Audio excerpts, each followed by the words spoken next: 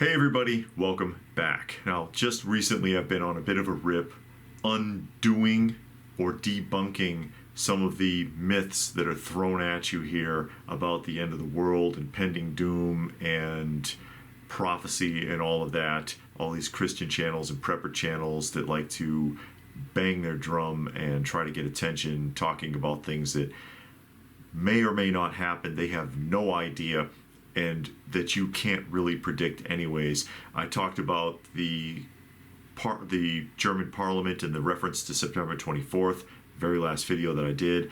Talked about Denver and giving away the bug out bags to its citizens, which wasn't quite what everybody thought it was when you boiled it down. And today we're going to hammer down the Red Heffer Prophecy, because I'm really sick and tired of hearing this. Being a biblical scholar, okay, my wife and I have been intensely studying the Bible for over a decade. And I mean really studying it, not just reading it.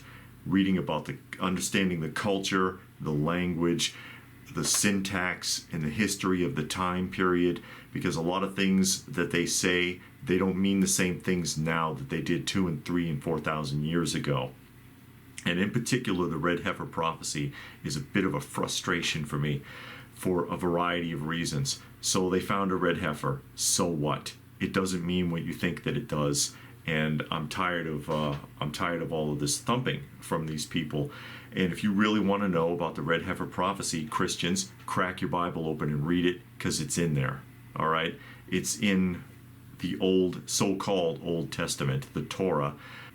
And you're going to find it in Leviticus and Deuteronomy. You know, those books that you don't read because they're boring? Yeah, it's in there. So what exactly is the red heifer? First of all, the red heifer, it's not that rare, okay?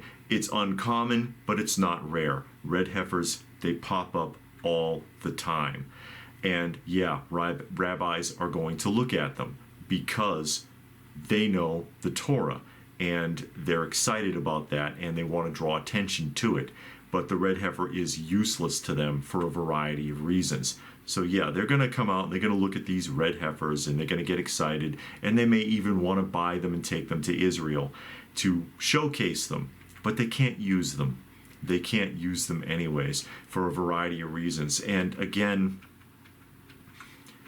this is not at all uncommon. The last time, you should remember, the last time there was this whole big, a red heifer was found prophecy nonsense was in 2018. Birth of perfect red cow could possibly fulfill biblical end times prophecy. Well, guess what? It didn't. It didn't, and it's not going to, for a variety of reasons, and I'm going to get into that here in a minute. I even remember being a kid and hearing about this because it was on Unsolved Mysteries. There was an episode of Unsolved Mysteries that showcased a red heifer and talked all about that, and people speculating, this is a sign of the end times and Jesus' return. And well, it didn't happen. It didn't happen, and it's not at all uncommon for a red heifer to be found. Let's read the disqualifications here really quickly. I'm just going to run this down so you'll get a basic understanding. It says, if red cows aren't that rare, see, they already know this. It says, so if red cows aren't that rare, why is it so difficult to find a qualified red heifer? Well, the Torah gives us quite a list of criteria. And again, the Torah is what? The Old Testament. The cow must be a minimum within its third year of life, 2 years plus a bit. So the heifer has to be 3 years old, first of all. There's no temple. Guys, there is no temple. That's a major thing. So once that cow hits 4 years old, it's automatically disqualified, period. There's no temple, and there are no priests either. There are no Jewish priests, no rabbinical priests, because there's no temple. So with no priests to do the sacrifice, and by the way, they're not Jews, they're Hebrews, and they're identified by tribe, and Jews refers specifically to those who are descendants of the tribe of Judah. And they just accept being called Jews because the rest of the world is just ignorant anyways. And they're like, okay, fine, we're Jews. But more to the point,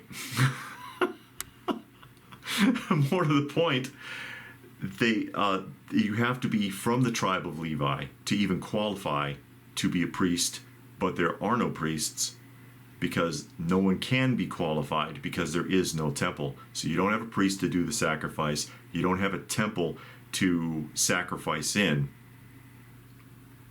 And you've got a red heifer that isn't that rare, that is going to be disqualified by the time they even built the temple. You following me here?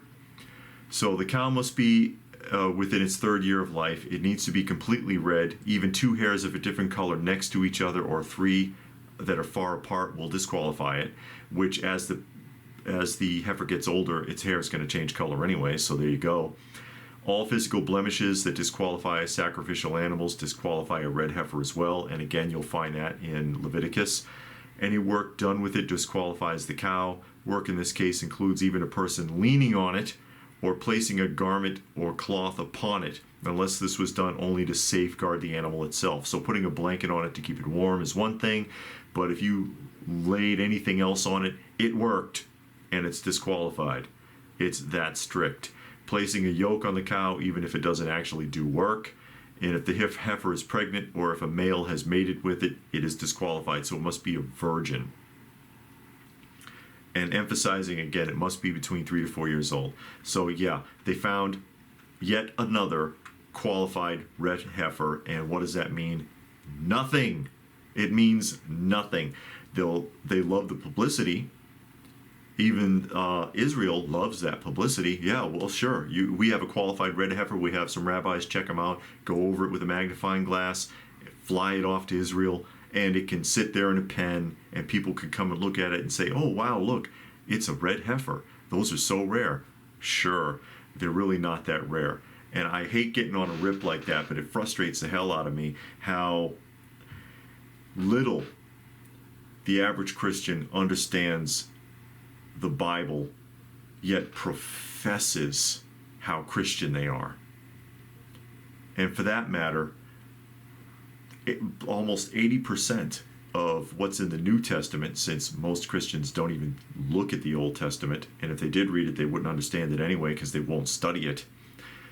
Almost 80% of what's in the New Testament is references to the Old Testament. And if you haven't read or understood the Old Testament, then how do you really know what you're reading in the New Testament? You don't. Knowing a few clever phrases from Paul and having a couple of scriptures memorized, I'm sorry, it doesn't count. It really doesn't. And again, that, like I said, it just kind of offends me to a point how little people understand and how misled they are. Not just by people in YouTube videos, not just by the media, but by their pastors, their ministers, their preachers, who they themselves do not really fully understand the Bible and are teaching misinformation, which in itself is a sin. My wife went to seminary university. She's a graduate. She has a degree from a seminary university and didn't really learn anything there. And anyone who went to seminary university, tell me that you opened a Bible. They learned how to play church. They learned how to pass the collection plate, but they rarely opened a Bible. And she went to a big university. I don't know if I want to name it without her authorization here, but you get my point. It wasn't until she started really intently studying it herself, and of course I got drawn into that, and we studied it together. And the more you studied not just the meaning by understanding the actual language of the time period, but the language structure that was used at the time and things like that, can you really begin to understand what the Bible's actually talking about. Because most of what you've been taught about what's in it is wrong. I'm sorry. It really is. And I'm not trying to turn this into a biblical teaching, but back to the main point. They found more red heifers. They find them all the time. They blow it up. They showcase it. They make a big deal out of it, and you all fall for it. You fall for it like kids in front of a carnival barker, and you ought to know better. You really should. Especially if you profess to be Christian. You should have realized this because you should have been reading the Old Testament, which isn't even really a proper term for it. It's the Torah. And the so-called New Testament, which isn't really new anymore, is it? Wasn't even around at that time, was written after the fact, and is more like the chronicles of Yeshua, that is Jesus, and the disciples and his teachings. It would be better to call it the Torah and the chronicles of Yeshua than Old and New Testament. The Catholic Church did that on purpose to separate themselves from the Jewish religion, from Hebrews. But anyways, I know I went off enough of a rant, but don't get sucked into thinking something's going to go down because... Hello, kitty. Don't get sucked into thinking that something is going to throw down because a red heifer was found again. Thoughts? Did I make you mad? Well, if I made you mad, at least hopefully I got you thinking. Let me know what your thoughts are in the comment section down below. Please do give the video a thumbs up if you get where I'm coming from. I hope you do. If you don't agree, that's fine. Tell me why, and at least make sense when you do. Don't just tell me I'm a jerk. I already know that. Subscribe if you're new. Check out some of the other videos if you have not. If you're curious about the random cat pictures, they are strays that my wife and I take care of, and images of them actually help with YouTube's loading algorithm. If you wanted to help the channel out, there are links for that down below. Every little bit helps, and we sure do appreciate it. And if that's it, then what more can I say? But stay frosty, folks, and thanks for watching.